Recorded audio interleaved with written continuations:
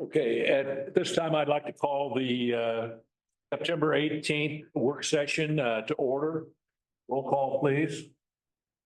Groneman, Here. Haley, Wakes. He's here. Henry, or Mulvaney Henry, excuse me. Here. Parker, Here. Gonzalez. Here. Okay, we have a quorum. Okay. I'd accept a motion to approve the agenda. I move to approve the agenda. Second.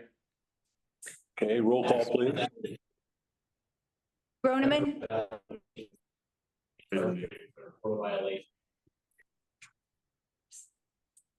Can't hear. Who's that? I don't know what he said.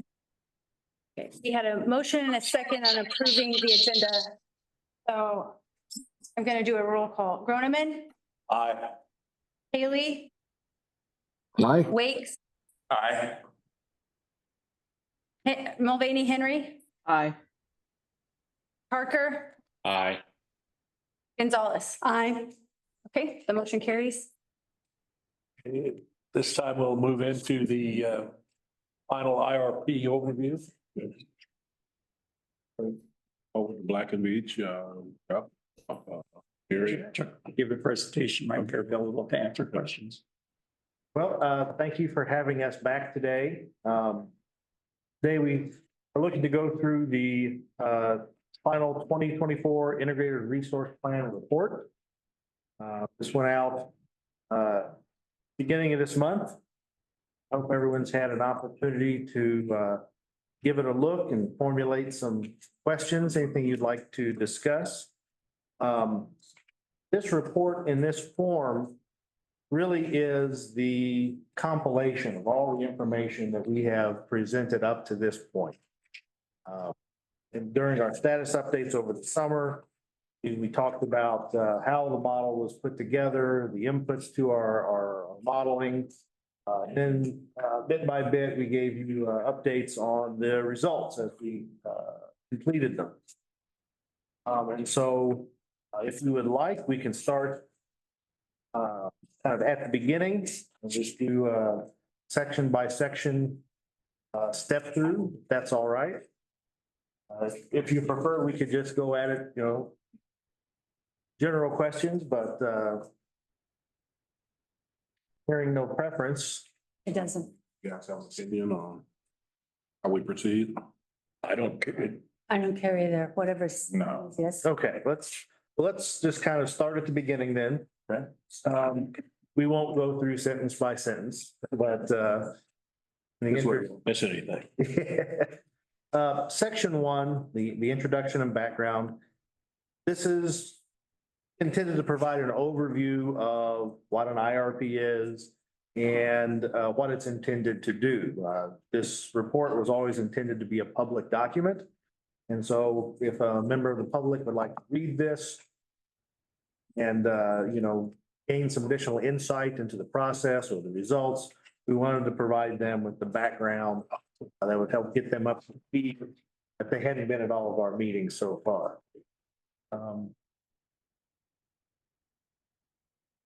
Any questions in section 1? Okay. Section 2, the determination of need. This contains information about some of the major factors that drove the IRP process, the load forecast, BPU's current resources, current demand side management programs. We provided a capacity forecast example for the base case here, and then some discussion about the new rules from the EPA that could have impacts on the system. Just kind of briefly reviewing some of this. The load forecast, we do expect growth over the next 20 years, but relatively low rates of growth. This is more or less in line with the conclusions from the 2019 IRP as well. But with the idea that there could always be a higher load growth than expected, we did provide a scenario later in the report that contains a faster increase in load over that 20-year period. So, but what we have here is for the base case and what's used for most of the other scenarios. The current resource portfolio, again, this is just an overview. EPU has, at least in my opinion, a nice diverse portfolio of generating resources. Lots of different fuel types: coal, natural gas, oil, wind, hydro, a little bit of solar, a little bit of landfill gas. Nice diverse portfolio as it exists today. Thermal generation and renewables. The demand side management programs, I won't get into in great detail, but again, these are opportunities that customers have to be incentivized to use energy in a way that would hopefully save them money on their bills, and then also allow the utility to use its system more efficiently.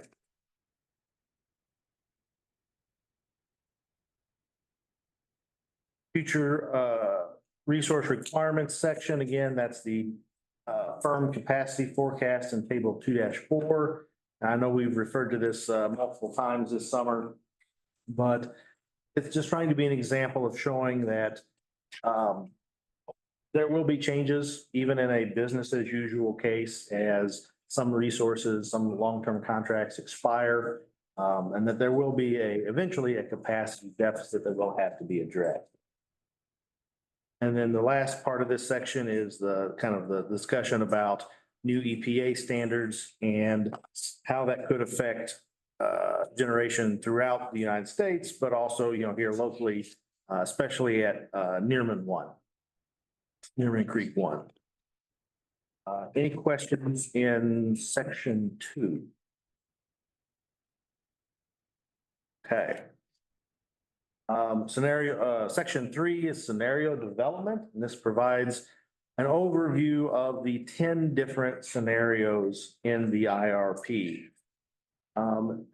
Again, we wanted to look at a variety of different futures where there could be higher fuel prices, lower fuel prices, load growth be faster, the effects of different options for operating Nearman Creek in the face of new environmental rules, and just some other overall strategies that could be used in the future for meeting customer needs. Any questions here? Again, I feel like we're rushing through this, but then again, we've already talked about all of these pieces before. And so this is really just kind of a reiteration and a compilation. Section 4 is the portfolio development section. And here's when we get into our different future resource options. These are the options that go into the model, the computer model, that can be picked from to meet resource needs in the future. And we wanted to provide a pretty wide range of different options, combustion turbine options, reciprocating engines, combined cycle units, simple cycle units, and then over on the renewable side, biomass, solar, wind, and then also battery storage.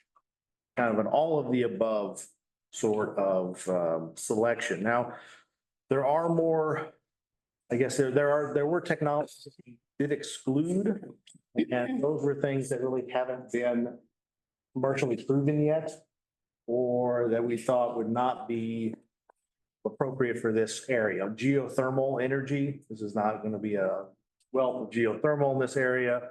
Offshore wind, again, not a good option for Kansas. But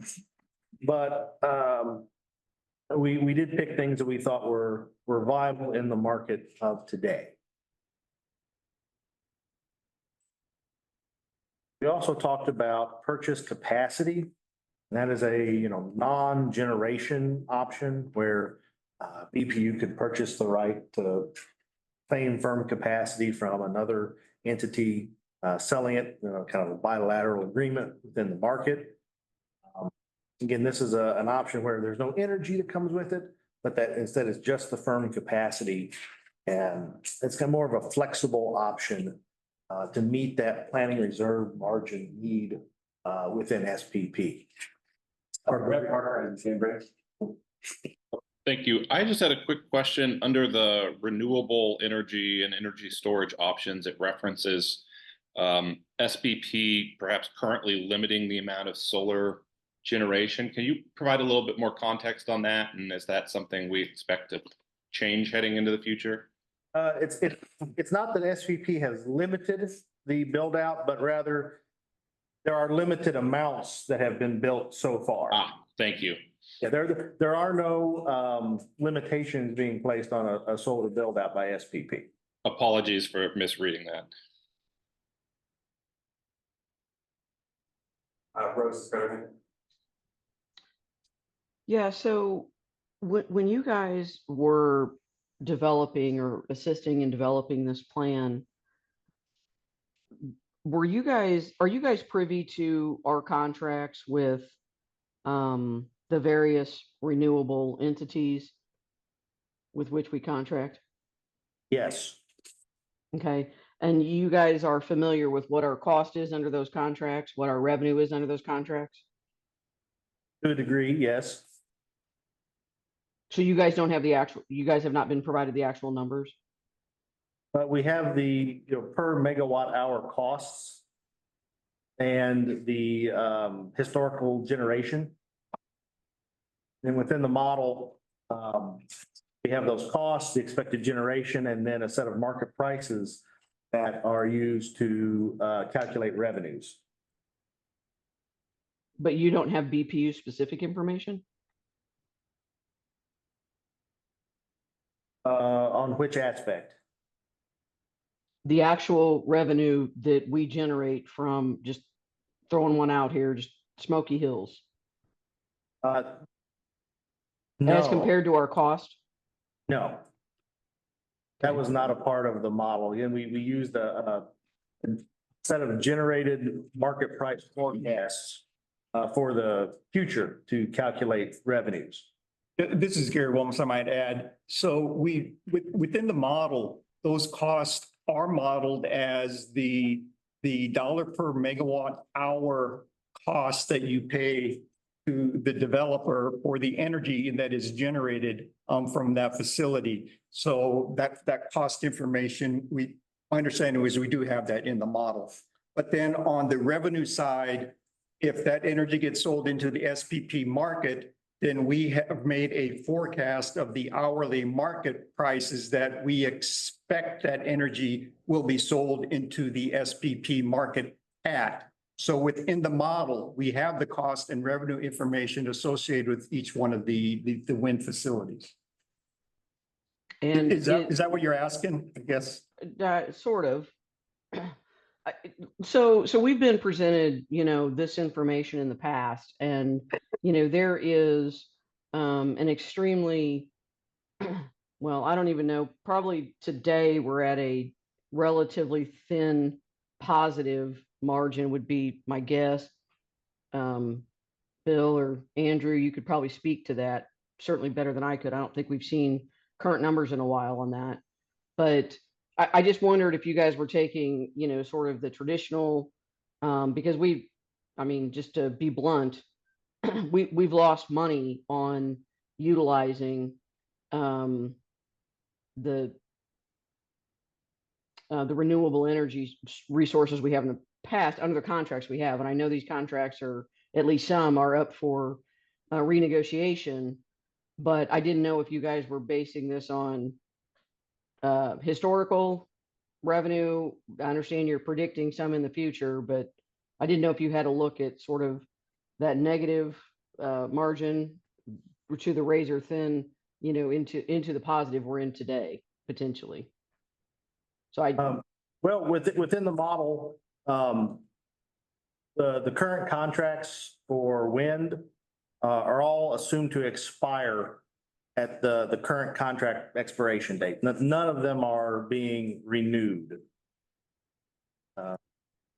If that helps at all. Rose, this is Andrew. Yep. Just commenting on your question here is as a general rule, our purchase power agreements, the revenue that is earned off of that generation is generally insufficient to meet the development costs that we pay to the developer itself. And so, yes, generally the cost that we pay is more expensive than the revenue we receive. This is just generally the case in the market as a whole, as a general rule. And this is really why all the independent power producers have left the market, because the market is not sufficient to cover those costs. And so therefore, as a utility, it's just part of doing business. And so generally the place that I'll say that revenue is, I'll say, made up is that you go acquire firm capacity, firm transmission capacity. And with that firm transmission capacity, you receive ARRs and TCRs. These are annual auction revenues, transmission congestion rights, those type of things. And what that is meant to do is that is meant to allow you to have a path that then you can go acquire that energy at the same rate as the load. So the generating source and the load have an equal price point versus generally speaking, when you just look at the market conditions themselves, is generally the location where I'll say generally our wind farms sit, our hydro facilities, these type of things. Generally, those are lower load areas. And therefore, when they do produce energy, the market goes down because there's not enough load in those areas to consume that at full market pricing. And so those ARRs, TCRs are there, and we do receive revenue from them to help offset that. But it kind of sits outside of the market a little bit, but that's kind of how it works. No, and I appreciate that, Andrew, and I'm certainly not, I know that you have done an excellent job in the past of explaining, these concepts to at least to this board since I've been on it, and I appreciate that. I think my point is I'm trying to get the point across to, perhaps our customer base, right, our public, to understand, the cost of us doing business and using as much renewables as we do. It's expensive for us to do that thing. And we're still choosing to do it because, well, for lots of different reasons, right? But I sort of wanted to highlight that as we look at this, going out for a few years at this point. Just, I guess, to highlight that to our customer base. And I do So want to thank you. point, thank you, Rose. That is a great question. And it is, obviously, all of generation is a challenge, and there's no particularly right answer. One thing I do want to point out with these numbers that, again, this is a model intended to provide information. It is not intended to make decisions. But one of the things that this model is, I'll say, not smart enough to do is to know what the rest of the world is going to do. And so just as we've seen with wind and what we'll likely see with solar and what we've seen with solar in California and the Southwest, is as that build out occurs, the value of that power actually goes down. And that power is generally generated in areas where there is less load to consume that power. And so I would expect, even though a lot of these things point to solar being a great investment or a better investment in some cases, it is not necessarily the case. And again, it is a decision that we have to make to when we get to that point to make decisions. And so it'll be part of that decision-making process. But there's a lot of nuances that go into it. The transmission component is not calculated within the study itself. And so these resources will sit outside of BPU service territory, and therefore there'll be a large transmission cost that comes along with these as well. But we will also likely see, as other utilities are making similar decisions, that the value of that solar power, in this case that we're talking about solar, is that it will likely diminish over time. And really the capacity value that we're counting for solar will actually likely diminish as well, because others are going to move in that same direction. And therefore, it does become less valuable than we're currently portraying it. again, we don't control what all the other utilities are doing. But these are only the basis that we're using for our own system today, because there is very little solar in the system. And if we were the only one to act, it would be more beneficial than if lots of utilities act in a similar manner. So again, this is really just a study meant to show things and not make decisions. But those are great points, Rose, that it is not a cheap process. Anybody that indicates that renewables are a no-brainer and that's the process forward and it's like printing money, that is not the case. There is really, in my opinion, there will need to be a balance going forward. And so renewables, solar, wind, those resources can be a hedge in some regards to future fuel price volatility, those type of things. But they're also not on demand. And that period from really 2 p.m. to 7 p.m. is going to get even more important going forward as you remove more thermal resources and add more renewables to that mix. And so it will get more dynamic and the value of energy is going to change drastically, I think. So. Yeah, no, and I appreciate that, Andrew. Truly, I mean, I applaud BPU for spending as much as it has and trying to, wade into, and it's firmly implanted in, the renewable marketplace at this point. And, perhaps before it's time, but, to the point Black and Veatch made on the front end, I mean, this is a very robust renewable component that BPU has, available to it today. And so, that should not be discounted, but certainly it comes at a cost. Hey, Rose, if I can add one Sure. small piece to what Andrew just said, so those contracts are dated, and then we will be coming up for date where they will be expiring on contract. But, we wasn't anywhere close to where we are now going through a study like we are doing today, proposing this to our board and proposing this to our community as to what our future may or may not include. So my hope is that one takeaway now compared to back then when we entered those contracts is we're equipped in this utility today with a better decision-making process moving forward with what generation choices we make going into the future. I think, bringing Black and Veatch on, having new people at BPU look into this now compared to back then. I think hopefully the future will be brighter, even though it will have more challenges we would have to face as well. But I think this exercise will really get us to a better place in making those decisions in the future. And I would say that many of the resources that we do have in our, I'll say, renewable portfolio were acquired prior to the integrated market. And so the integrated market has changed some things. Not that we haven't acquired some generation since then, but the new market does act differently. And therefore the resources that we may go after may be different than we would have went after under the old market. And so that change will impact what we do going forward. But absolutely, there is no clear-cut answer, and it has added costs, certainly. Yeah, this is Gary again, Rose. I have one additional comment that I think you might find useful, if I may. Sure. So for example, the Smoky Hills wind contract, I was involved in doing the analysis for that to determine whether or not that was a good decision for BPU to perform. And when we did that analysis, based on the forecast going forward of the market prices, that was the lowest cost option for BPU to acquire energy to meet their load. But and BPU is kind of an early adopter of the renewable wind generation.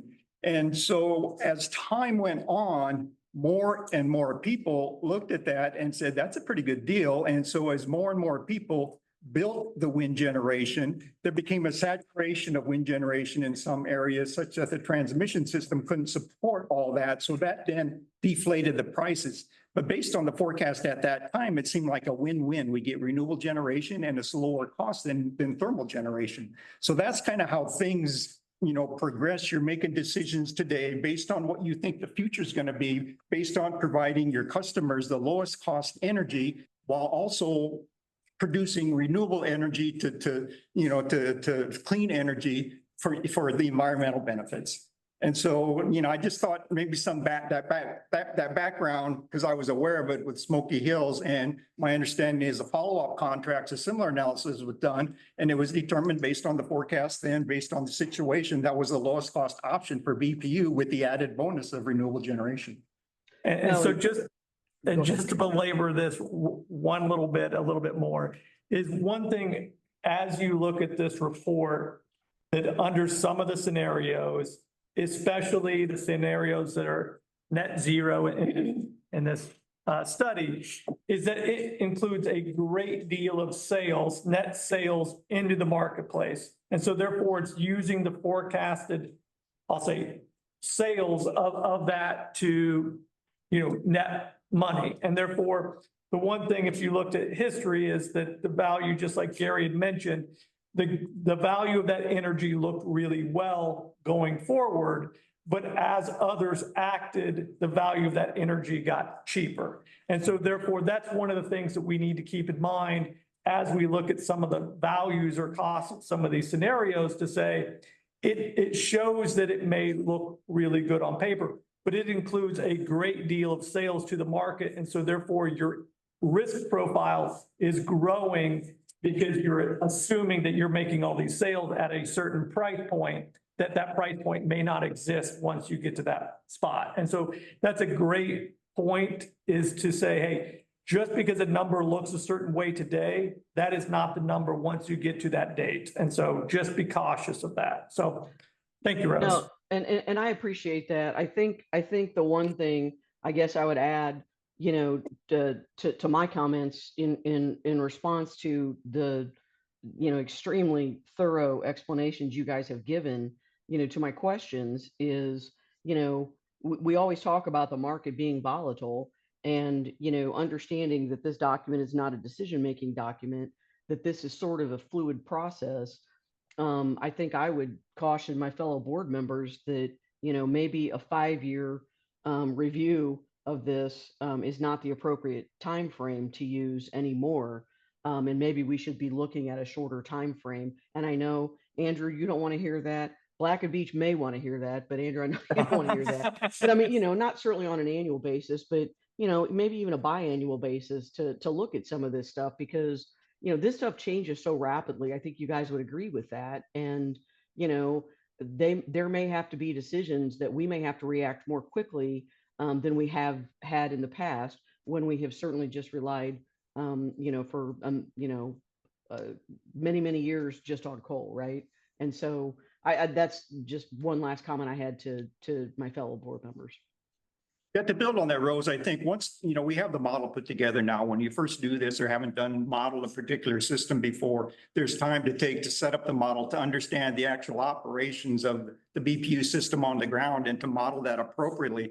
And to do that more frequently, and it would be, a lot less time would be involved in updating the model for what happened in the last couple of years, and rerun this analysis for BPU. So yeah, we'd be available to do that. And I think it's a good suggestion to do it more frequently than every 5 years. And if you do it more frequently, the cost per time, it's going to be less than if you do it less frequently. Boy, that's music to my ears there for sure. So, and I'm certain to the rest of the board. So thank you. I appreciate that. Okay, I'm speaking of decisions being made. This is just a plan. And this is fluid, like she stated earlier. But the plan, it involves times within within the calendar that decisions will be made. When you make a decision, once you make a decision, it's for the time then. And as you know, things change. However, when you look at the fact that if you buy into a particular plan or you make a decision, then that decision is going to last a while. I mean, if you make a decision like a contract, I mean, a contract doesn't last how long are contracts normally? So our wind contracts are generally 20 years in length. That's what I'm talking about. then once you make a decision, I mean, that's why we say 5 years, because once the decision is made, those decisions last longer than, you know, than sometimes 5 years. And that's why you can't really review it less than 5 years. If you do, I mean, you really can't change stuff that a decision that you already made. So that's another consideration needs to be taken. But keep in mind, you won't be making a single decision on all generation sources. So Right, that's true. that'll bear itself out over time too. So there's one landfill gas contract that expires. Okay, what do you do with that? Here's Smoky Hills that retires. What do you do with that? Here's something else. Here's the hydro in Lawrence. What do you do with that? So it won't be your entire generation fleet. Okay, It'll good. be parts and pieces of it. And then again, I think the board would be in pretty good hands, you know, getting this behind us and then looking forward to doing something on a more frequent basis, 2 or 3 years, you know, intervals or something like that. Because the market will change, the environmental landscape will change, or there's gonna be a Presidential change. Yeah, speaking of that, I mean, That's the higher than expected penetration of wind generation in Kansas was partly driven by the government subsidies. And those are always hard to predict what the government's going to do with the, you know, the next administration comes in. So that comes into play as well. But yeah, I mean, once you make that decision, you do have the 20-year commitment. And one of the things for BPU, and this is really across all utilities, is all of us utilities are much tighter on capacity accreditation than we historically were when we were our own balancing authority. And so therefore, it is just much tighter than it's ever been. And therefore, each incremental year has more value than it did 5 years ago when all of us were really long on capacity.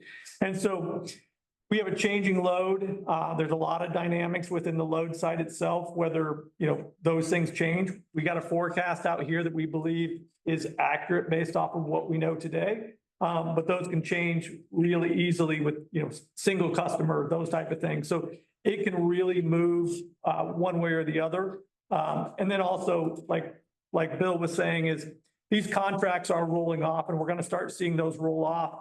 I'll say relatively soon, right? So 2027, we got one contract roll off as we're increasing our load through that time frame, and we have others periodically rolling off as well. And so even though I don't necessarily love to hear it, Rhodes, even though I do love this stuff, is that I'm more than open to reviewing this on a more frequent basis, maybe in a smaller package, but kind of reviewing this more frequently. And there are utilities today that do it on a biannual process. So that's not abnormal for sure.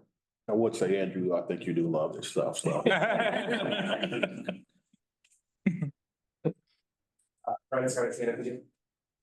I was just gonna add my 2 cents on that too. I do like the idea of visiting it just a little bit more frequently.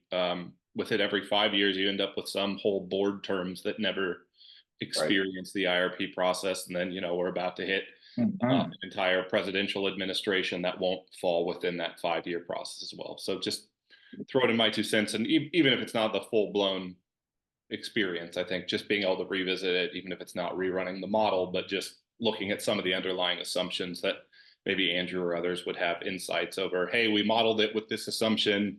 Here's what we've seen change since then. Here's some of the, you know, takeaways we might have just revisiting it. So thanks.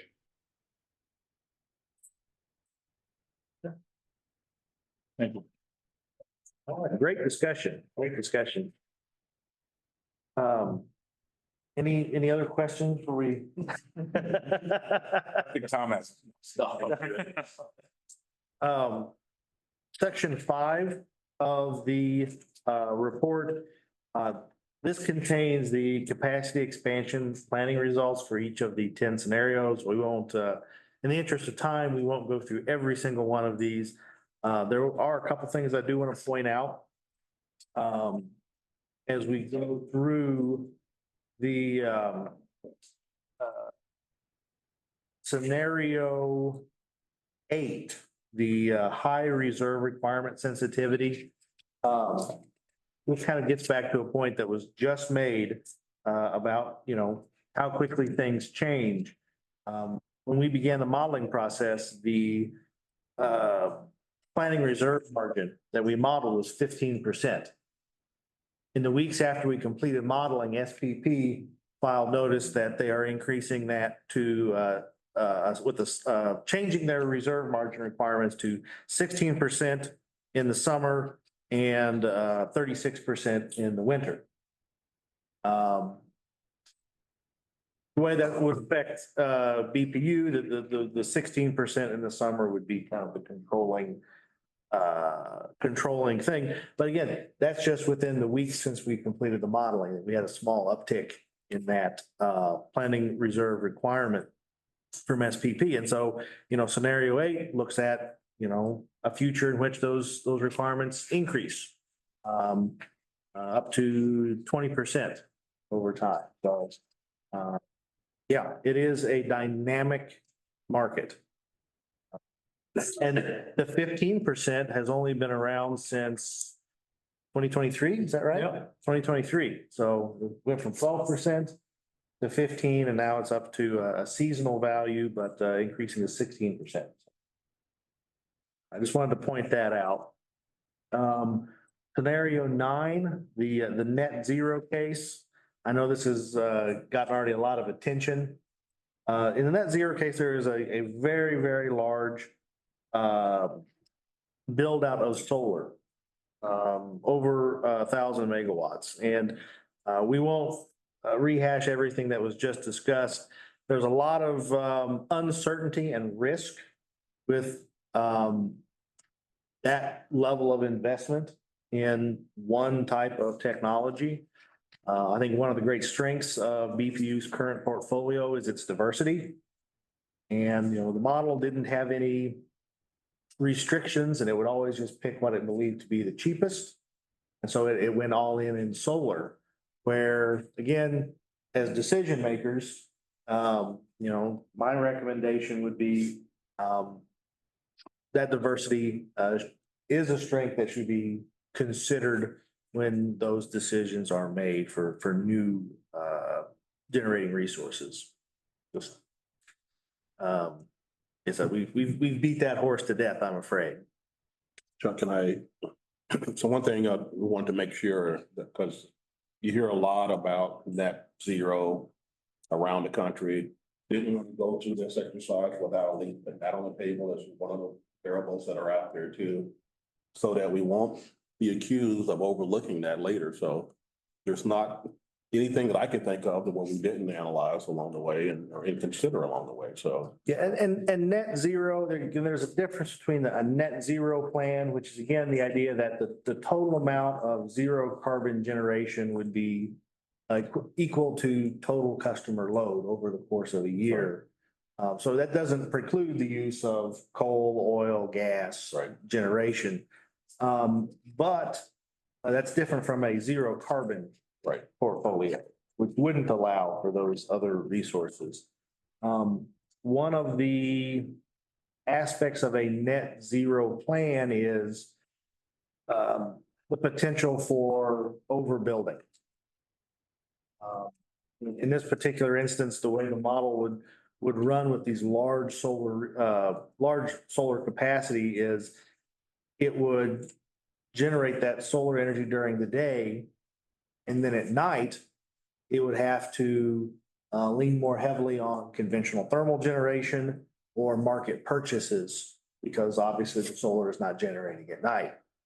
And it would be that energy arbitrage between day and night, where it was counting on those high market prices to make revenues. There's a lot of risk with that. We've already talked about. The other thing to consider in that sort of, large build out is, like we said, there are transmission limitations that are going to exist in the real world that can lead to curtailment. There's simply too much energy, more energy being generated than the market needs. And so the solar facilities can be curtailed, so they wouldn't be able to achieve their full output, and their benefit to the system would be limited in some way. So just something to consider as BPU looks to the future with renewables, and as all other participants in the SPP market also look to expand their renewable portfolio. And just like Andrew said, there are effects on the market prices that will impact revenues and overall costs for these options. Brett has his hand raised. Thank you. Just kind of following up on a little bit of conversation from earlier. The context around the perhaps declining sale price on that energy is really helpful. I'm wondering if in that event it's because, you know, lots of entities have taken up this type of energy, just like we saw with wind. Is there any offset there if lots of utilities are investing in this in the capital expenses, right? If there's a ramp up of production of solar cells and, you know, the components you'd need to, you know, build out solar on this scale, like, you know, this is obviously the most extreme scale we're looking at. Is there an offset to that at all, just on prices of the actual components coming down, or is it even so just a drop in the bucket compared to perhaps the falling price of selling it back to the marketplace? So we could absolutely see those occur, right? So just the development of, I'll say, again, we're strictly sticking to solar on this conversation, but the development of making solar panels here domestically is really new. And so, and we have a lot of restrictions in regards to Chinese solar panels and those type of things in place today.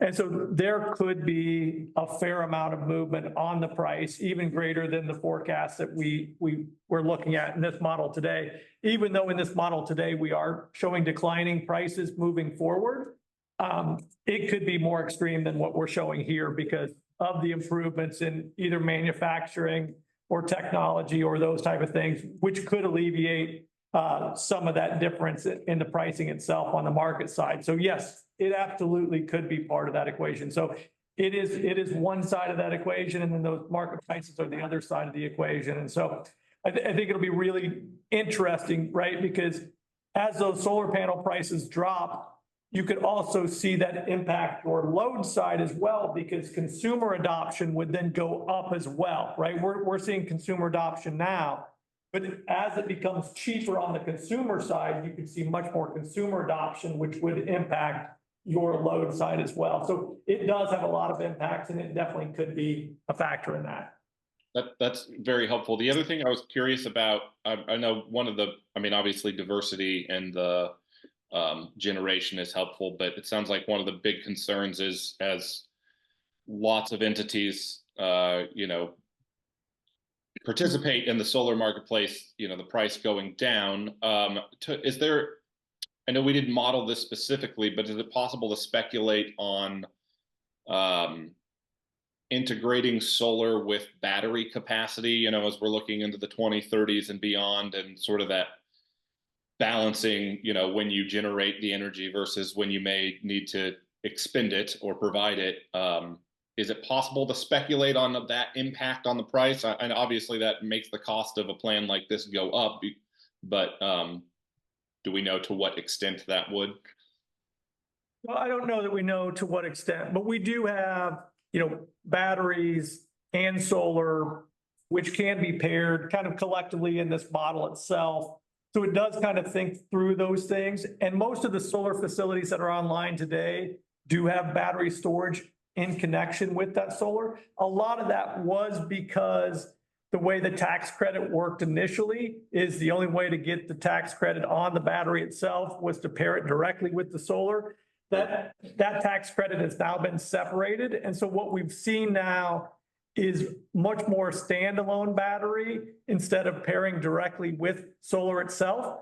But one of the things I do think will be interesting is as the interconnection process, this is transmission stuff, becomes, again, even bigger in view, is whether they decide to pair batteries with existing wind or, again, future solar, because they already have interconnections in place. And therefore, instead of curtailing wind, for example, today, which we do quite often, is they actually consume that power on site and then spit out that wind when it's more convenient and priced more competitively. So I do think you may see some standalone battery that does get paired with existing wind, I'll say particularly, but it could get paired with new solar as well. But we have seen a lot of standalone storage start coming to the market just because it does have its own tax credit now.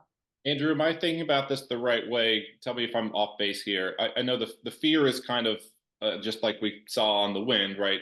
In essence, the bottom drops out of the sale price because so many are participating. Does increased battery usage or gains in battery technology moving forward, for lack of a better term, put a little bit of a floor on that, like that we wouldn't see a free fall in the price because it has higher, for lack of a better term, higher utility, right? If you can use it 6 hours later, that might stabilize that price a little bit. That is absolutely right. That is 100% true. The challenge today is that battery storage is still, I'll say, relatively expensive relative to other forms of technology. But as that technology improves, hopefully the cost of that storage product does come down because it would absolutely do that. So the biggest challenge is really today and going forward, what I see the biggest challenge being is that 2 p.m. to 7 p.m. timeframe. Solar is coming off, around 2 p.m. in terms of its height. Wind generally is more of an overnight product, generally in basis. And so those hours are what you really need to capture and likely where the highest price energy is going to be. And so battery fills that void really, really well. It's just, does it get to a price point where it's competitive enough that it does serve that purpose? And so I do think we're seeing those price declines. And again, now that we have standalone battery tax credits, they are advancing some of those technologies rather quickly. So I do think that we may see a shift even away from, I'll say, lithium ion, which is the dominant force today, to some other technologies that may change some of that spectrum. So I do like where it's going, and I do think it has some real value going forward. All right, final thing, and then I'll promise I'll mute myself again here. Would we anticipate, again, that sort of technology curve or adoption of batteries to impact any of the, I guess, the ratings of capacity from the SPP, right? If you have robust battery technology in combination with wind, is it possible, 10, 15 years down the line that the SPP would let us count more of our wind capacity towards that reserve requirement than they are now?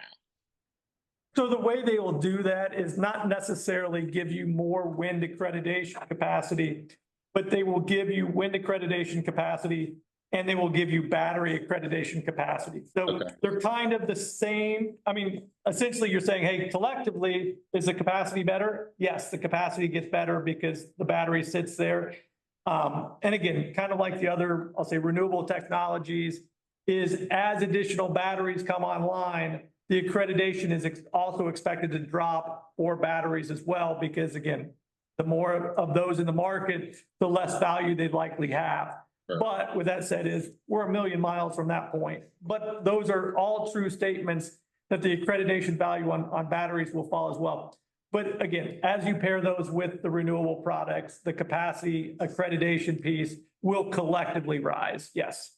Okay, thank you. Appreciate it. Yeah, Brendan, this is Gary Wilmus again. I do have a couple of follow-up questions based on your comments, and I'll go with the first one is the battery cost. Yeah, the battery costs are expensive now, and as Andrew mentioned, the expectation is the cost is going to come down. But if you take a look at, what the total cost is in dollars per megawatt hour of energy that can be generated those batteries, and look at the installed cost of the modules, the battery modules, and look at their life cycles. So maybe they're good for 3,000 to 4,000 life cycles. And so you can calculate what the total amount of energy can be generated from their batteries over their life. And if you compare that to the cost, your ending dollar per megawatt hour cost is fairly expensive, even though you can charge them for free. yes, the expectation is they're going to come down and they're going to be more economical. But today it's relatively expensive energy, even if you charge it for free. Now, if you get into situations where you can charge it from negative energy, then that's all the better. But I just thought, I'd mentioned that that's kind of based on a back of the envelope calculation. I'm not going to quote a dollar per megawatt hour number, but it is relatively expensive. The other thing is on the solar panel. So even if the solar panel costs do come down, I don't know what percent of the total installed cost for a solar facility is related to the panels versus all the other infrastructure that you have to build in, the stands, the metalwork, the construction cost, the land cost, and all that. So even if the cost of the solar panels does come down quite a bit, it may not cause the prices to come down as much as it otherwise would, because those other costs, I don't see those coming down. That makes a lot of sense. I appreciate it. All I have. Go ahead. All righty. As we move on in section 5, we do have a table 5.1, which talks about the present worth costs associated with each of the different scenarios.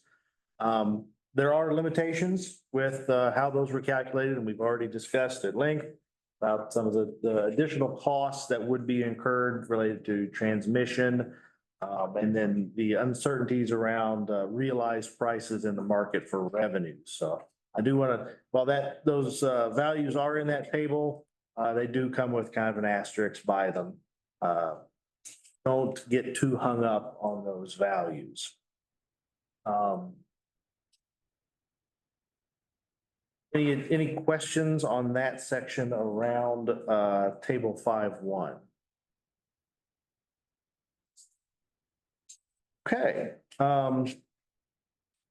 Section 6, action plan and future initiatives. Just kind of a roll up of some of the recommendations we had coming out of this analysis. And we've already touched on this evening.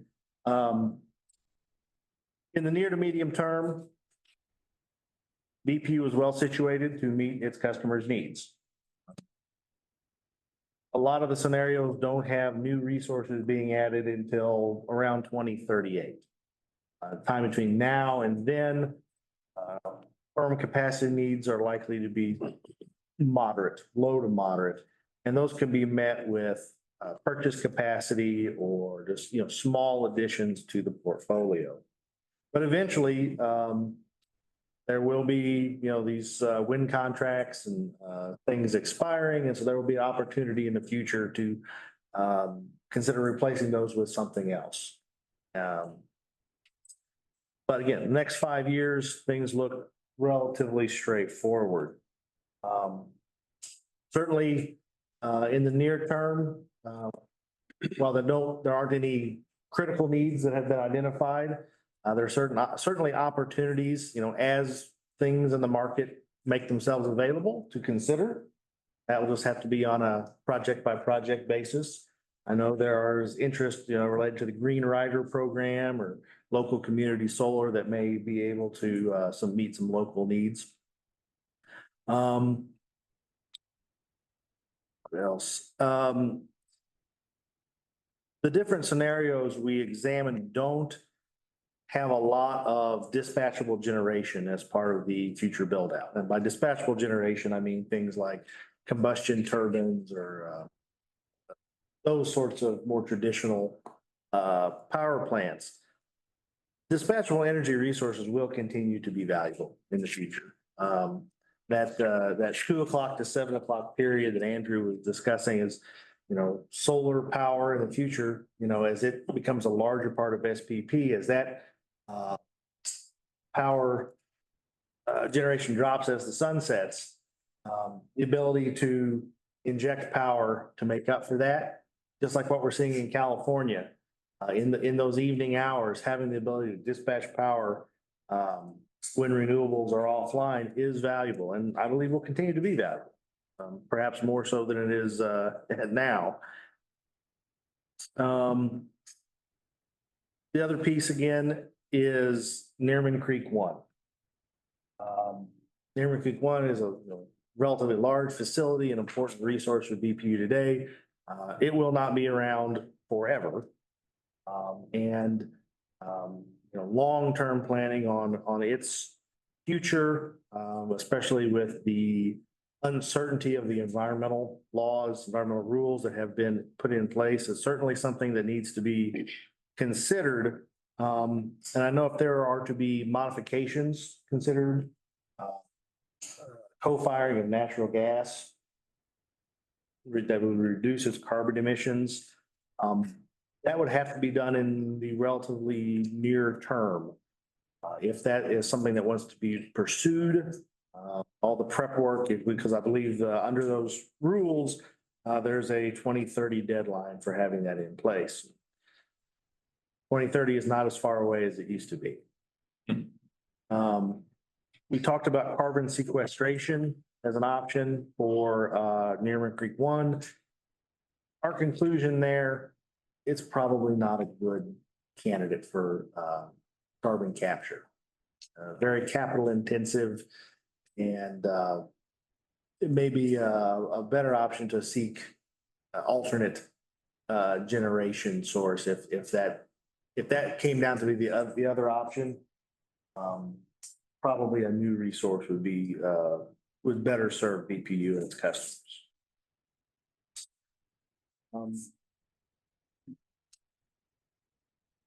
Questions on section 6?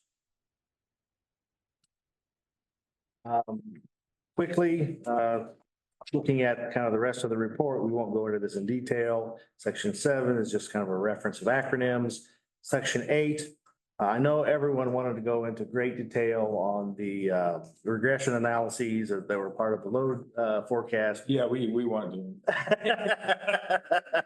Well, we included this as a reference material, and for future folks to be able to look back at, see how we did this. We won't talk about that here. Section 9 is more detail on the cost analysis that was done for the different scenarios. And then section 10 at the end is a copy of all the public comments that we'll receive during this process. Final thoughts here, we've touched on already. Certainly, this is a great exercise to go through, to think about future plans, what market impacts could change those plans, and then just kind of get us into the mindset for that long-term look ahead. Lots changed since 2019 and the last time this was done. And certainly, as we've seen, the market is still in flux. Things will be changing in the future. None of these plans in here are a proscriptive plan that has to be used going forward. Simply look into possible options. We've said this a lot. This is not a decision-making document. Decisions are made by people. And we want the people that make those decisions to have the insights that were gleaned during this analysis. Thank you. Now, So Tom, you got questions? yeah. Good. I'm new to this board. This is a wonderful presentation by Black and Beach regarding the integrated resource plan. However, I have no idea how decisions are made by this board and what work the board has going forward when it comes to decision-making time. How's that done? Yeah, that was that's my good for my lead in. So Tom, I don't know how you want to proceed going forward. We've had several months of work, well over a year. If you look at, I'm sorry. Rose has your hand. Okay, Rose, go ahead. Thanks. Sorry, I just had one question for Black and Beach on table 8-2.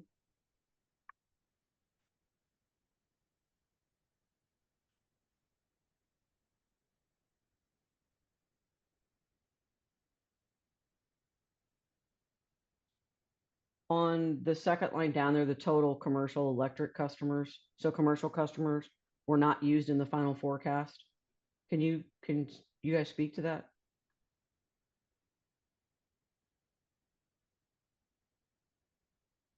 So during the regression analysis, multiple variables were tested to look at which were the strongest indicators of changes in load. And during that analysis, you can see in table 8-2 a list of all the different variables that were tested, and then which ones were ultimately chosen as the strongest variables. Yeah, that looks at what the significant contributors are to the historic load. So it looks at the historic load, looks at these various variables tested to see what impact those variables had on the historical load. And so there's a statistical process that's gone through where you can get some output on the significance of the variable. And so in reading this, in that variable was not used in the forecast, that total commercial electric customers was not a significant contributor to the past load, Okay. or as a predictor of the historical load. And so Okay. in some of those other tables, I mean, let's table 8.3, for example. Those are some of the measures to determine whether or not that is a variable is a significant contributor. And so there's the R squared. The higher the R squared value is, that indicates that that variable is a good estimator of the load. Historically has been a good driver of the load. And so then that variable is used to predict the load going forward. Right, so table 8-5 that has the list of variables that were chosen for commercial energy sales.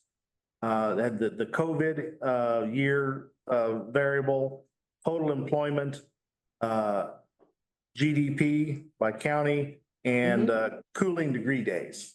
Those were found through the statistical analysis to be the strongest predictors of that for the commercial sales forecast. What table 8-2 was trying to accomplish was to show the range of variables that were tested.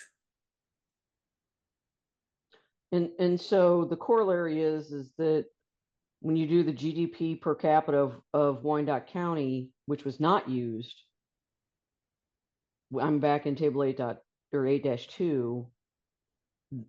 I mean, would that tell me that the residential did not meet the statistical variable level necessary to include it? So it's not necessarily indicating that commercial was not included. Commercial is included. So it's all of the classes are included. Just certain variables within those classes are the driver. So the total number of accounts isn't one of the big drivers. So if there's 52 commercial accounts one year and there's 53 the next year, that's not a big enough variance to be the driver of what drives the commercial load growth going forward.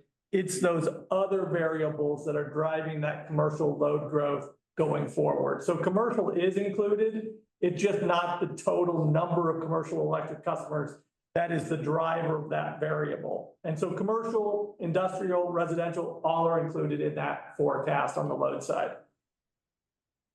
But we do have a scenario if there is high load growth in any one sector, right? So yes, we're forecasting what we believe the base case scenario to be of essentially 0.5% of growth annually. And then we have another one that's growing at about 0.75% annually. And so those are the different scenarios. But yes, all the rate classes are included in that load growth. Thank That you. answer your question, Rose? It does. Thank you. Okay. The time, just for the sake of time, I guess I'm interested in where the board is on next steps. So you heard several weeks and months of preparation here for this day. I think we've even extended it by a week or two.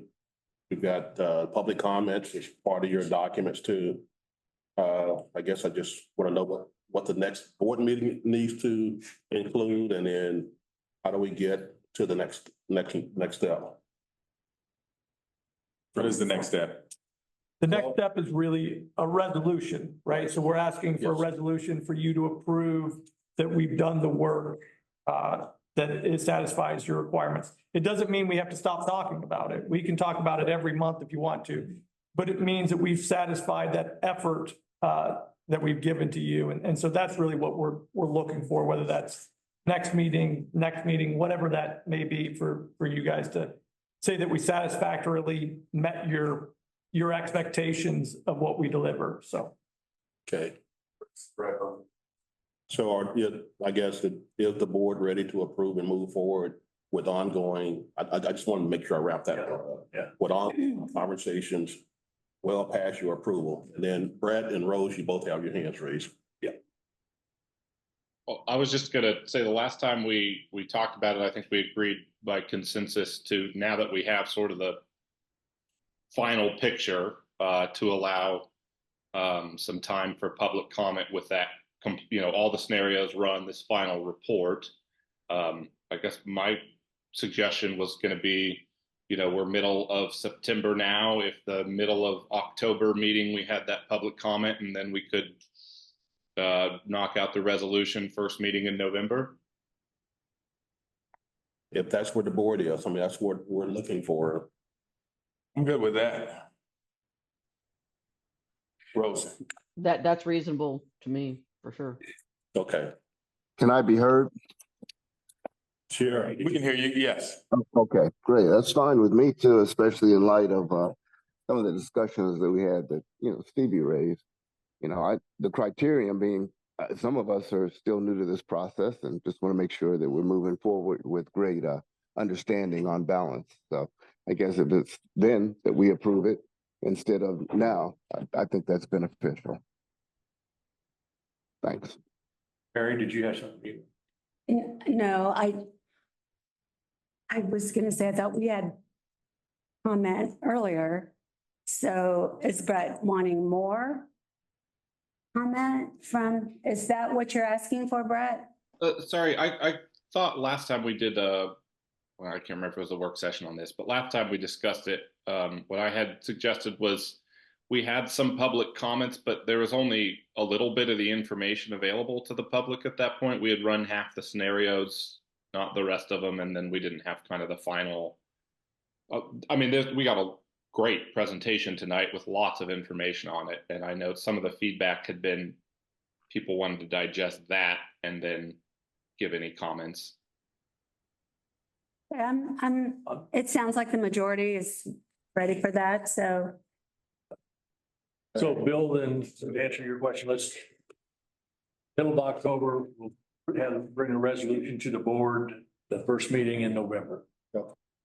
So, Public comment has to come in between there. yeah, that's what I was writing down, the next 3 board meeting days. So on the 2nd October, I guess we can gather public comments after the night, right? Okay, and then are you wanting for that to come back to the board on the 2nd or on the 18th? My suggestion was the public comments on the 18th, just to give a little bit of time. I'm assuming this is the first time this is posted to anyone in the public, tonight. And then potential resolution on what would that be, November 6th? Okay.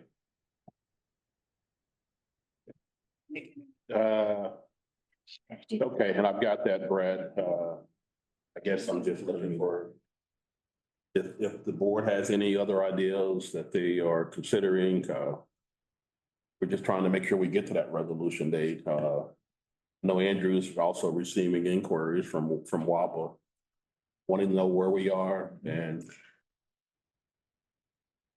that's part Tell of WAPA we Is have it- till December 31st. Yes, I'm just making that known. I'm not saying that you have to do anything tonight. It's just those questions are coming in, so. Yeah. So I think the plan is public comments on the 16th of October resolution on November 6th. Okay, all right. And nothing on the second, so we'll be in our budget meeting at that time anyway, so. Okay. Thank you. Thank you, guys. You'd like Thank you so to- much. Thank you. I appreciate the discussion tonight. Yes.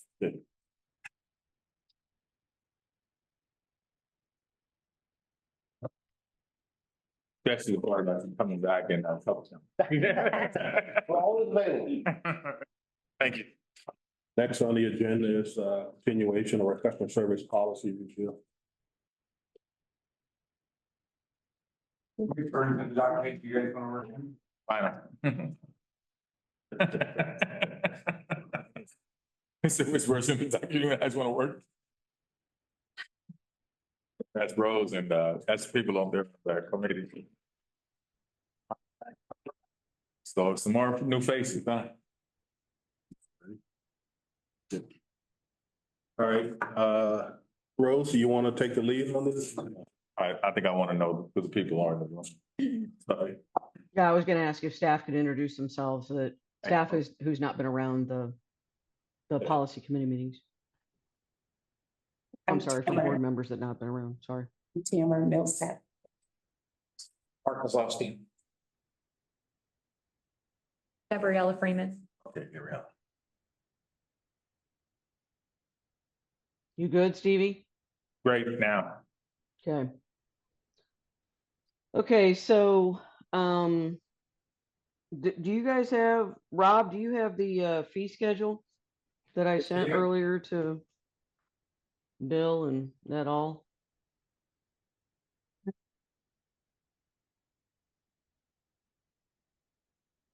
There we go. I don't know if board, did you guys get hard copies of that Yes. that are in the Yes. room? Okay. So I know that you guys have not had a significant amount of time to look over that. And I know we touched upon this in the last meeting. But I guess I'll ask if you guys have any specific questions about it. I know I've got some specific questions to staff within the document itself. So I guess we'll start there. With board questions first.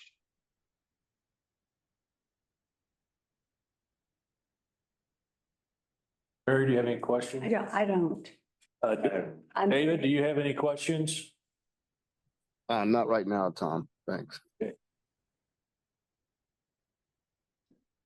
All right, hearing none. Thank you, Tom. Yes. So staff, you guys will see that I added a whole section in section 5 on non-residential deposits. And this was based on discussions we've had early on in the process.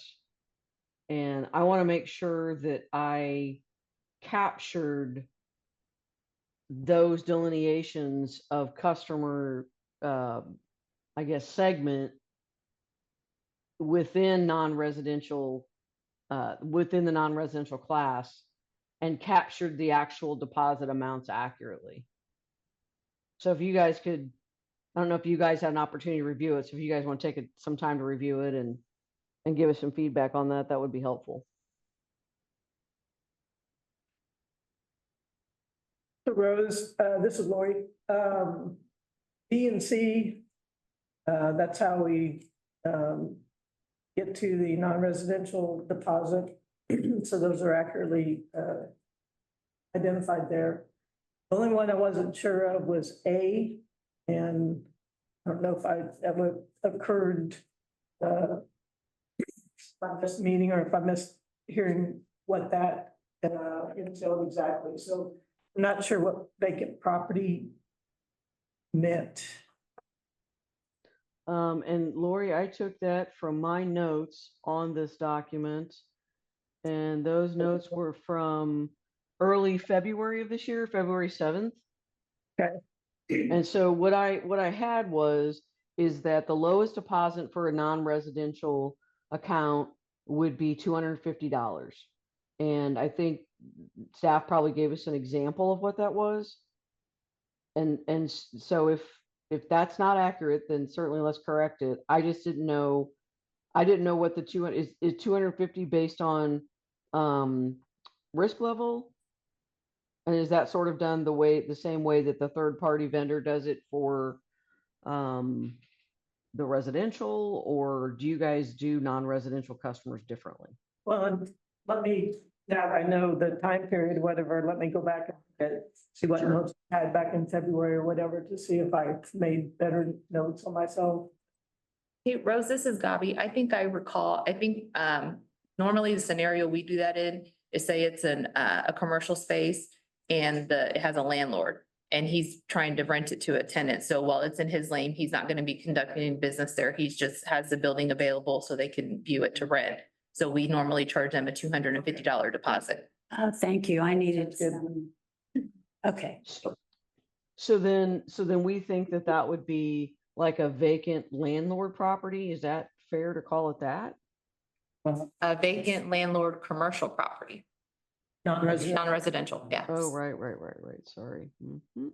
I mean, it is under non-residential deposit or whatever, so it should be, you can just add landlord vacant property. Yes. I'm gonna add commercial. You know I am. Come on. Okay. All right. Trying to be as clear as we can be.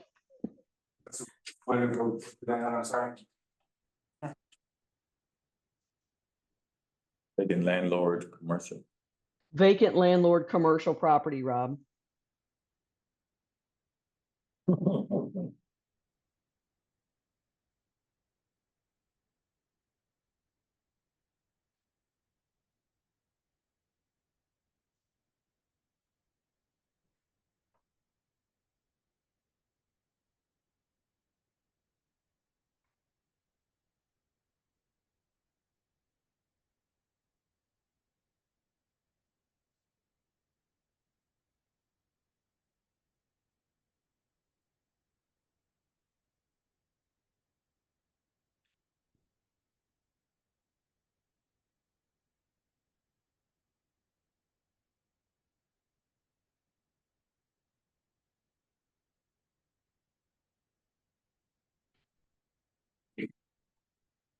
So I guess the question then is, are we missing anything under the non-residential deposit, do you guys think?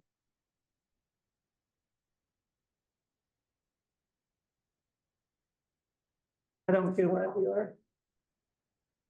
My side of the house anyways. Okay. Board, do you guys have any questions about that section?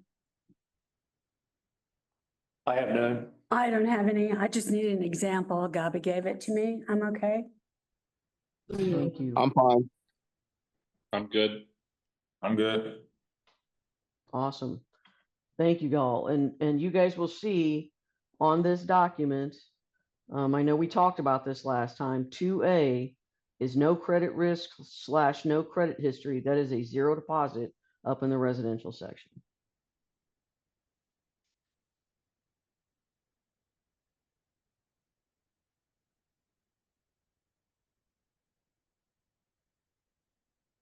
And Rose, I had it.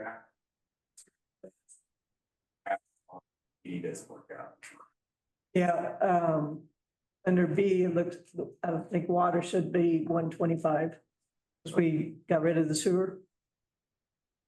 And rolled that into the water.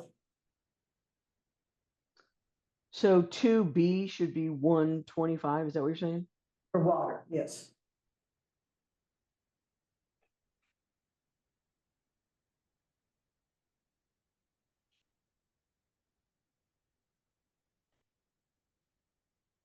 And then under 1D for the disconnection fee for non-residential three-phase, I had in my notes that we had $150 there. Can you remind me again what the non-residential three-phase is?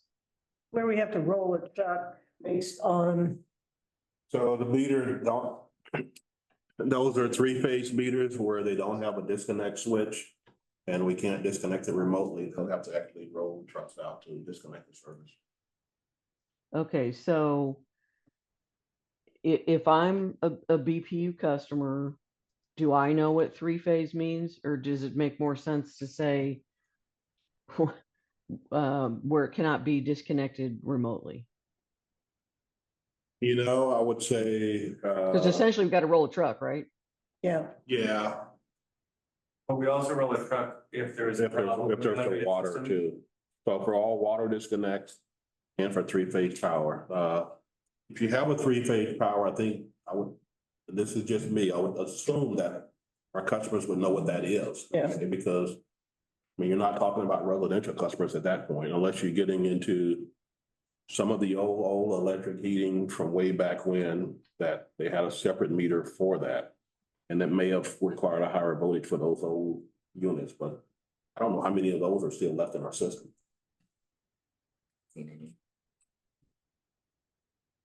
So basically, Rose, I would think this, okay. Well, I guess I would ask customer service, has that question ever come up as to explaining what three-phase power service is? I've never been asked that.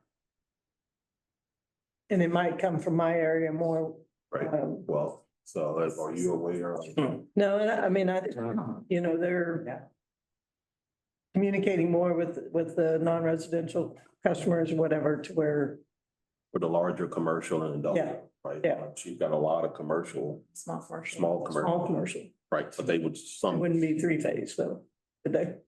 may. They may. We went through the policy document itself and removed all the bullets in letters for the outline format and switched them all to numerals. Do we want to do the same thing for the policies so they match? Can you say that again, Rob? I couldn't follow that. Sorry, we went through the actual policy document and removed the letters and bullets from the outline format of the document and switched them all to lowercase Roman numerals for I. We want to do the same thing for the fee schedule, so the two match. Well, I have to be honest with you, Rob. We may want to talk about the formatting of the policy document offline, but that is not what I envisioned for the policy document. Yes, you did remove, but there are not actually subsections under every section, like 201 is a bad example, but 4.01 in the document, there are 4 or 5 paragraphs associated with that, and they are not identified with I guess, any type of sub numbering or lettering, if that makes sense.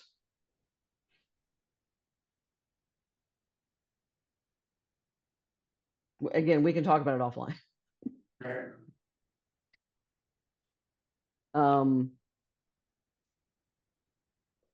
For the fee schedule, that doesn't bother me as much, the bullets, as it did in the the substantive document, but certainly open that up to if any other board member has a preference. And I know every board member is rolling their eyes going, why does she care about things like this? Because I'm real invested now, board, real invested. Can you roll down to see? Okay, you got the time and type, okay.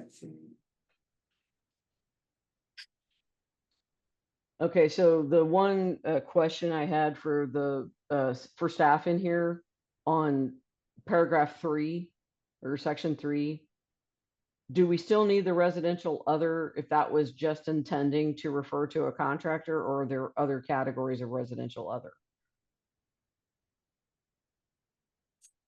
You're referring to like a lease or something? So that's like contractor comes in. Okay. And establishes service. I think that is our other. That is the other. Okay. And contractors think now The defined. contractor. Yeah, I think you can remove residential other. What about like fireworks stands? I don't know. That's, Are they getting? Is that? I don't know, I'm just. Are they getting asking. I'm just gonna. they're just doing. I'm just trying to think of what else. Yeah. Anyone. Is a fireworks stand a resident, they obtain residential rates? No, They're not metered. It's their 10 panel. They just get a flat fee.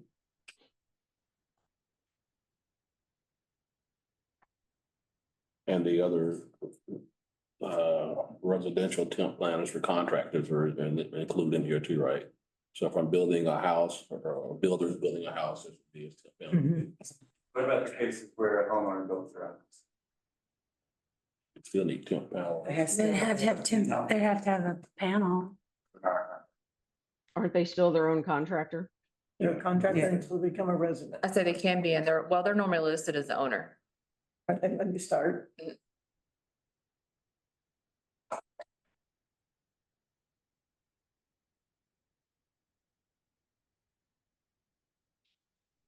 So do we have consensus that we could remove that? And if we can't remove it, I'm fine with that, but just, we need to define what residential other means.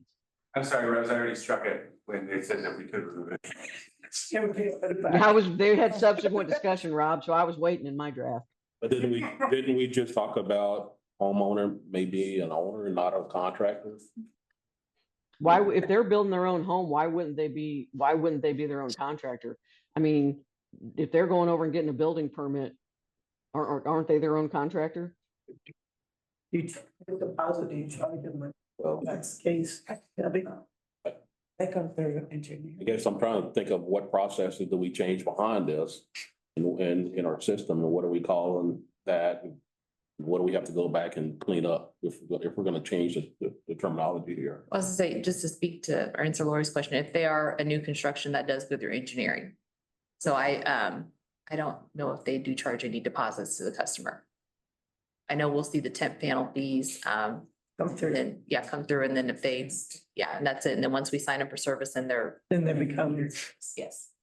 then you run their, No, they just change them to residential, and then they'll charge us, the service fee, because once we set the permanent service, they'll charge a service fee. Engineering doesn't change how they charge their fees, so it's the same regardless, because they're all 10 panels for the online service. there's not deposit on it. That's what I have. It's just that. You okay with moving it? I am. No objections are here from removing it.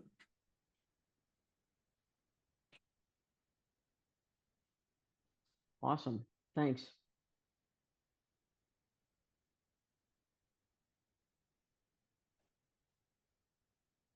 I think that concludes review of this document unless anybody has anything else on this document now.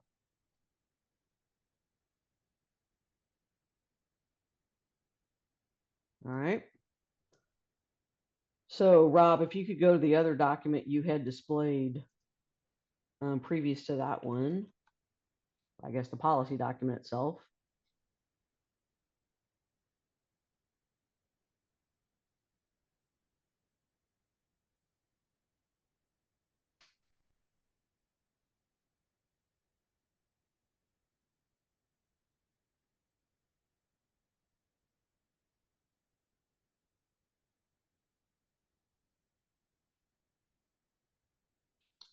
Okay, and as I understand it, staff, you guys met yesterday and you guys were working on filling in some of these definitions.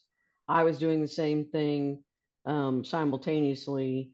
So I need to communicate better with you guys that I've got this. So apologies to staff to having a meeting you guys didn't need to have, undoubtedly. So I do have some information or some definitions that I've generated, Rob. If you want to take them down and folks can review them. So an automated phone system means an automated phone system that uses pre-recorded messages and menu options to allow callers to interact with the system without speaking to a live agent, period.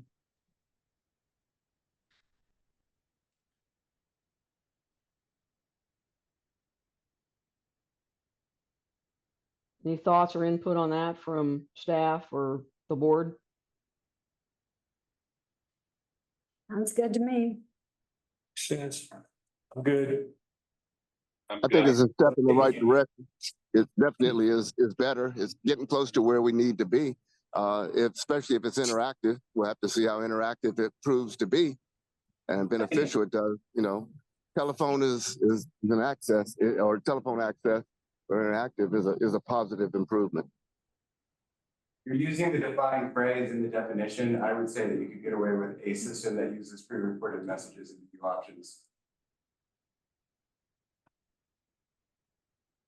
Say that again, Rob. You're using the defined phrase within the definition itself. Don't need to. Saying that the definition of home is home. Okay. So I would take that out of a system. Can we say a phone means a phone system that uses? Sure, a phone system. Thank you. So just a suggestion, when we were putting together definitions yesterday, we put a computer operated telephone system that interacts with callers through touch tone and voice input. So maybe a computer operated telephone system.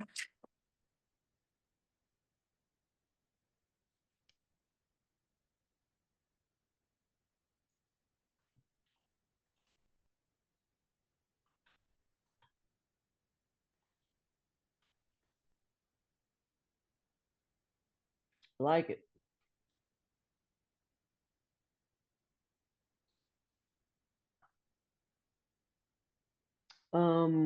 Just to be clear, Rob, I did delete a definition for debt recovery. Kept it lowercase in the section where it's used in FlexPay and added an example. You're running me to take debt recovery out of the definition. Is that what you're saying? That was my approach to it. I guess if staff has input on that, I welcome it. We agree.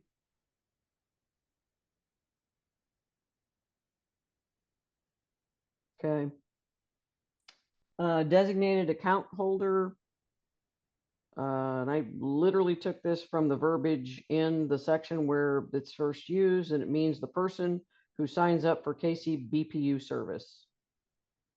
I would add an S in parentheses after the person. Because it could be more than one. Well, staff, can a designated account holder be more than one person? Right, that's right. They only have one person, because yeah, they only have one. I'm sorry. They can't have a secondary. That's BPU. They only have one. They can only. I believe it's only one. We have a separate secondary. I think there's a definition for secondary. Thank you. Is the person or organization and company for commercial account? Arad.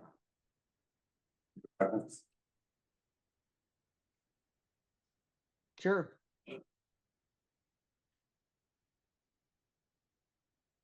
What you add, Rob? I'm sorry. A person or organization who signs up. All right, I was looking at Lori, but that wouldn't necessarily be a person all the time. All right, thank you.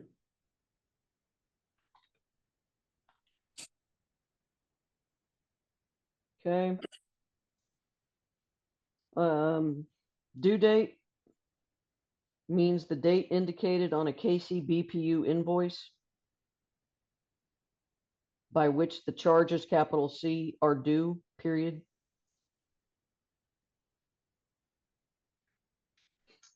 Abby, you can bounce that up against what you guys came up with and see if we're there. Yep, very similar. Mind Call it an melding. invoice. We call it an invoice or a That's what I bill. was been looking up my bill.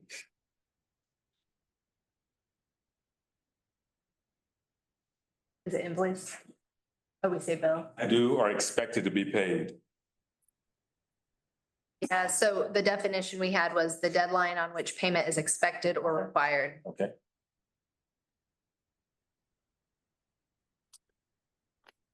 Rob, you can add what staff's definition is and we can compare those. The deadline on which payment is expected or required.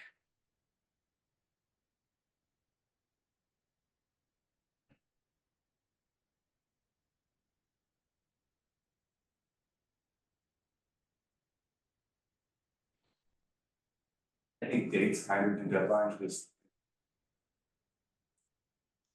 Where it's read. Sure. I don't like the word expected. We can take out expected payment is required. Yeah. Sure. Is required to avoid late fee. Well, I guess due date is definition by itself, late fees. That's Yeah. right. The date on which payment is required. Yeah. So we want to merge into the date indicated on the KCBQ bill. On which payment is required. I think that works. Can I ask an aside on that issue, please? Hello? Go ahead. Okay. So is it possible to have a consistent date or a uniform date? Can a customer have or move toward a date specific? You know, with this new stormwater assessment, some people have had two different billings overdue, and they were wondering if they could consolidate, or if there's a way that those that may have multiple accounts might be able to have a one date or one day for everything due. Is that possible? Is that difficult to generate by us? So right now, billing is it's a cycle billing, so it's based off of days, and since every month doesn't have the same number of days, it can fluctuate slightly. However, we have been talking about different options for customers on that. We're not there yet, but we are looking into that, so that's a great suggestion. I was gonna say, Would you say you're looking at options like, okay, my bill is gonna be due the first of every month? As opposed to sometimes it might come due on the first and then it's on the 30th, I might get two bills in Right. one month. Right. Yeah, looking at opportunities where,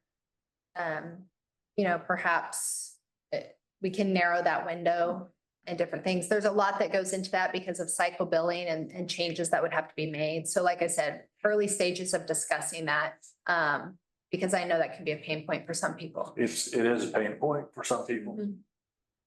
And we talked about that when we put in the AMI system years ago, that's giving people more flexibility. The one thing that came up is, do we want to in any way control what type of people move, how many people move? Because if everything starts collapsing around only a few days of the month where all these dates are due, then can BP really support that? Well, and maybe it'd be like your social security and stuff where, A through C come due on the first, and D through the fifth and. Right. With the cycle billing, we need to make sure that we're capturing all the days. And so if you've got a long month, you got maybe an extra day or two in there versus a shorter month and some things like that. And that's what adjusts those dates. So just looking at potential options that we could do on being flexible with those things for our customers. So we're looking at those at this point with the cycle billing. It is current state.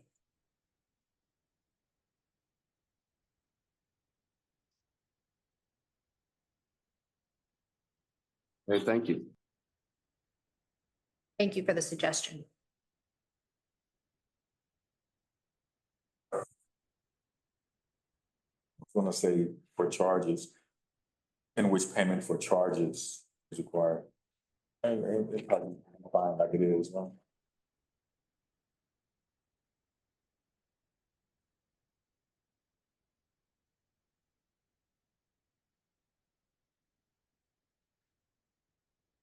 Rob, that was one we missed.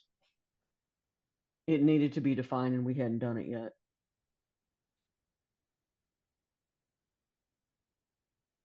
And that's really taken from the section itself dealing with eligible accounts. Residential, you're talking about residential customer, what about commercial? She has non-residential up there.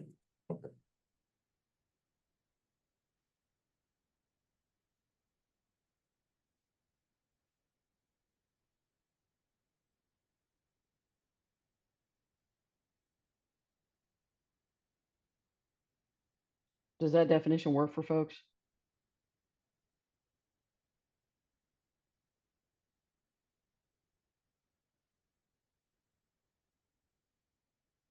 Can you make that a little bigger? Thank you.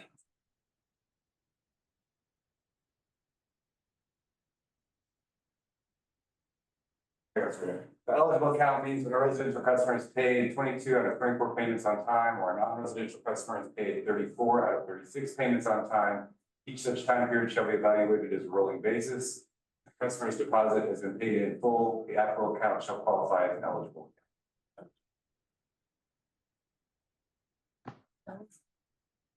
Their deposit, have their deposit refunded. It's, yeah, deposit refunded. Okay.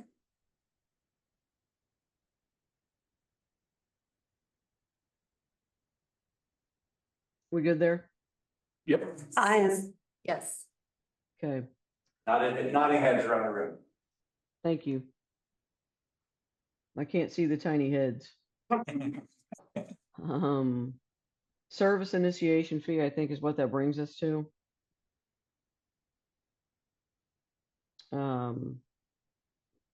Staff, what'd you guys come up with for that?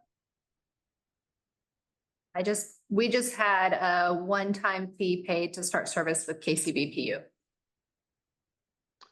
And you use start service because that could initiate SVP. that could be a first-time customer, it could be a transfer. Yes. Cause I think we had that discussion and I had added transfer in mind just to make it clear that if you're transferring service, it may apply. Yeah, no, No, I think but- that's a good add, So what was the ad? I'm sorry. to start or transfer service.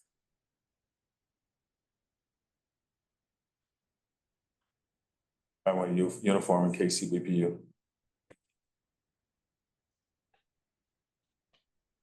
One time.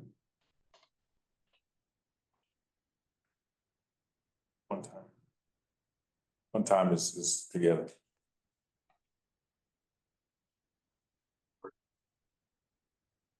Hyphenated.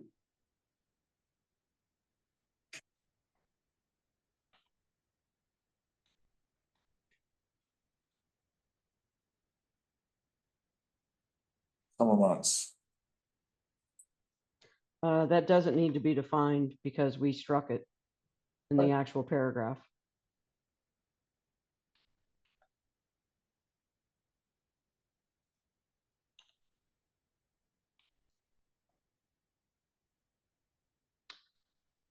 Terminated agreement, that actually is supposed to be terminated payment arrangement.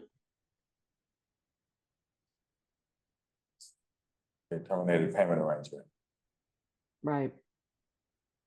And I've got a change in that one.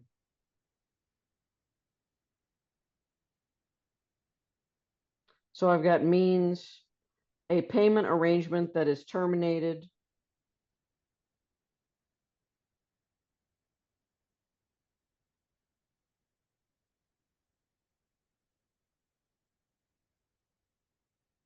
by KCBPU due to a payment not being made by the applicable due date, capital D,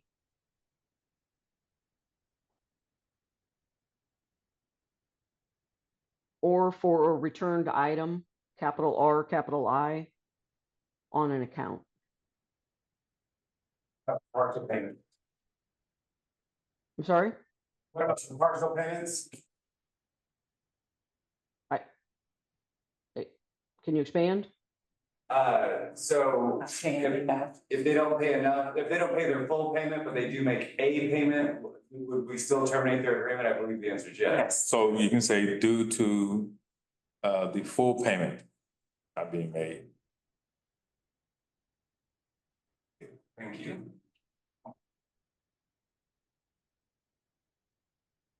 But what did you have after returned item, Rose? On an account?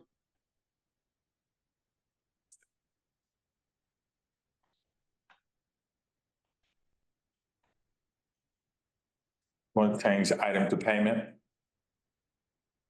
returned item is a, Okay. it's a defined term. Thank you. Sure. Where were you, teacher? Why aren't you on the policy committee, sir? Because I'm not privileged like some. I don't, no, I'm not even gonna comment on that.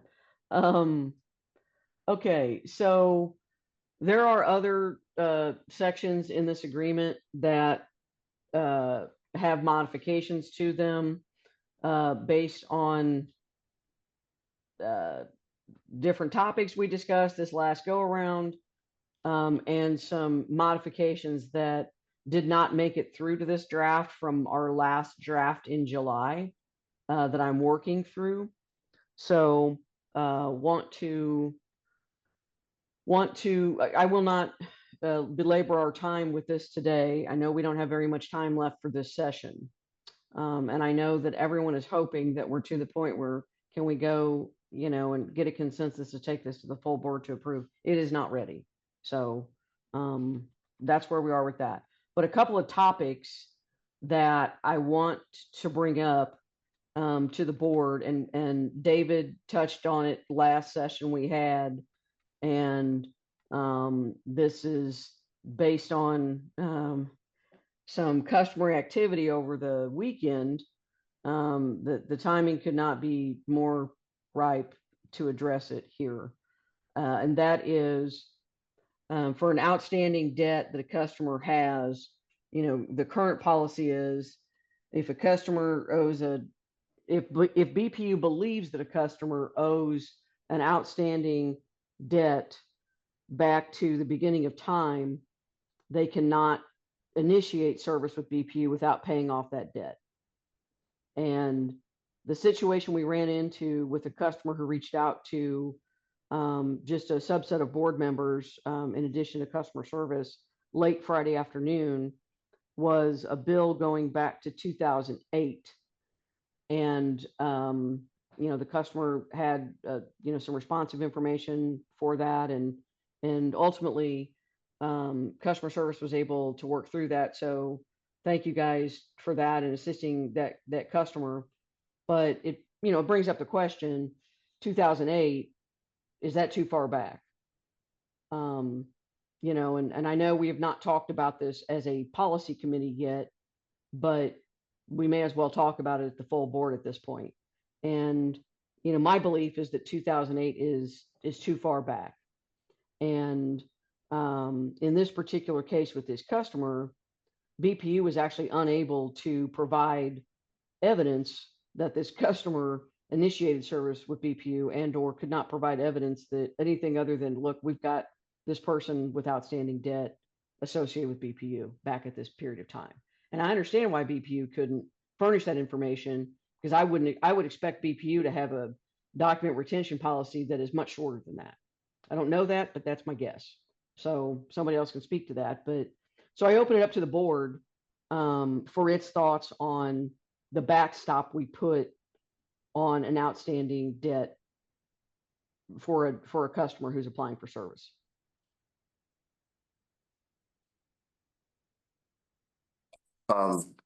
Rose, this is David. I'm in the hall now, and I certainly appreciate the reiteration. I too was a little bit concerned because the articulation of the past customer who reached out, the ability to formulate what you just reiterated, what several, myself included, have said for years about the stale, uncollected utility bills and how they disaffect a current status, whether it's opening a new service or in some cases, the maintenance of an existing service that otherwise is complete.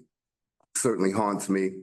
I did cite KCC, and I think there's some clarity that was brought in terms of what the Kansas Corporation Commission does with stale debts being more than a year that have not been noticed up or put toward collections or what have you, and the dispensing of the same. So I don't know how big an issue it is. I don't know how much allegedly we, this utility, are, quote, undo, or if they've been written off or what have you. But I really do hope that we may probably follow KCC's policy. And after finding out how much is delinquent, quote unquote, and beyond a time certain, 1 year, 2 years, whatever, agree that we'll dispense that and go forth from here on out and not hold these people, many people, in harm's way.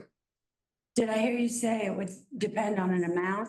Did I hear you say? No, a time scale. Would that be a decision? So 1 year? amount doesn't, Right, well, I'd like to know, that was Mary speaking, and my question is there a way to find out, or could we get an accounting without too much undue burden in terms of what is allegedly outstanding that's more than 2 years delinquent, so that if we were to write that off, so to speak, those unpaid for or uncollected amounts, what that amount would be if we were to write that off, so that we could move forward with a clean breast and not have to worry about instances that occurred like the one that Rose has brought up now. Well, Lori did bring information to the meeting last time on what write-offs have been in 2021, 2022, and 2023. David, I don't know if that's what you're asking for. You seem to be asking for a subset of that, and that is how much of that debt is 2 years, 2 years or older? Is that what you're asking? I would first, and secondly, are those write-offs that we had, if they bounce back up, if they've been written off, can they reoccur should that account holder reappear? I would make the assumption, and I know what they say about assuming, that some of those write-offs were for deceased account holders, many of those that were referenced by Ms. Austin. What about those that are still in full force and effect, whose SSNs are live, but they're just, we can't find them? And again, I'd do 2 years and further, just to throw that out. Maybe we say 5 years and further. Certainly 2008, as you said, and in my case, 2003, I think are too far back for a look back to hold someone held. So maybe, I don't know, 2 years or whatever the sweet spot would be, so that we would not put the utilities delinquent accounts in harm's way that we want to collect, but we also would have a cleaner policy in the future. I actually recommend 3 years, but again, I'd like to hear from the rest of the board. I'm with the Fair Credit Board. I'm with 7 years. I would say around 5 is what I would think. Is there any, do we have any background on, say, Averagere or somebody else, another company? Would we know any of those numbers? So I did reach out to some contacts that I have at other utilities. The KCC states that if it's a non-verbal agreement, 3 years. However, there are continued collection activities beyond that. The ones that I spoke to, they continue collections. If a customer moves back in, not necessarily that the amount has to be paid prior to service. So depending on the dollar amount, for instance, let's say it was $100 from 5 years ago, they would go ahead and start service for a customer, but add that balance to their first bill. But collection efforts continued through year 10. And that's, but for a signed agreement, it was. Yeah, for a signed agreement, if there's a signed agreement, 5 years is the KCC, verbal agreement is 3 years. And then at that point, typically, of course, it's written off, but collection efforts, if that customer were to want service again in the same territory as the utility where they left the bill, they would continue to pursue that debt collection. So all customers that sign up for service here do have such signed agreements with BPU, right?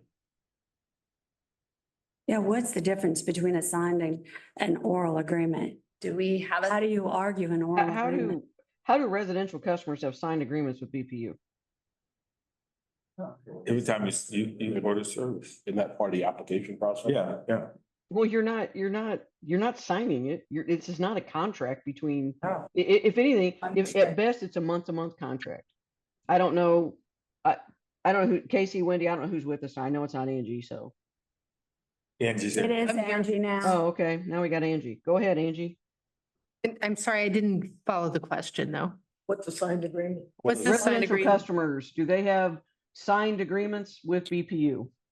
Right, it may be, and they may be I'm not sure what the case CC is referring to. They may refer to an acknowledgement in the application. Simply that they're aware that this provision exists. And my guess is it's something along those lines, because you're right, we don't sign, we don't hold this to a term for a specific term for their utilities. They have the right to cut them off at any time. Right. But how? It's not a contract, folks.